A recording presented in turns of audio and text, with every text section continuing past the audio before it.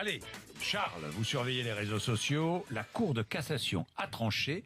Un ami Facebook n'est pas un véritable ami. Oui, ça peut paraître évident pour nous tous, mais c'est la première fois que la justice tranche véritablement cette question.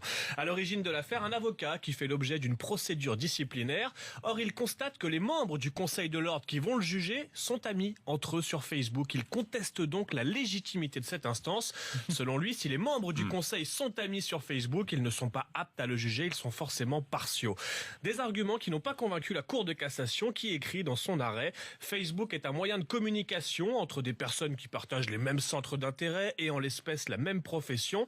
En d'autres termes, aux yeux de la justice, rien ne prouve que deux personnes amies sur Facebook le sont dans la vraie vie. » Sur Twitter, Charles, les internautes sont prêts pour la galette des rois. Déjà la galette. Oui, Les oui, internautes, c'est elle tombe aujourd'hui, vraiment bien oui. cette galette des rois. On venait à peine de finir le fromage du repas de Noël. La galette, c'est aussi l'occasion de se retrouver en famille. J'ai 24 ans, raconte cet internaute, mais mes grands-parents continuent de s'arranger pour que je trouve la fève dans la galette.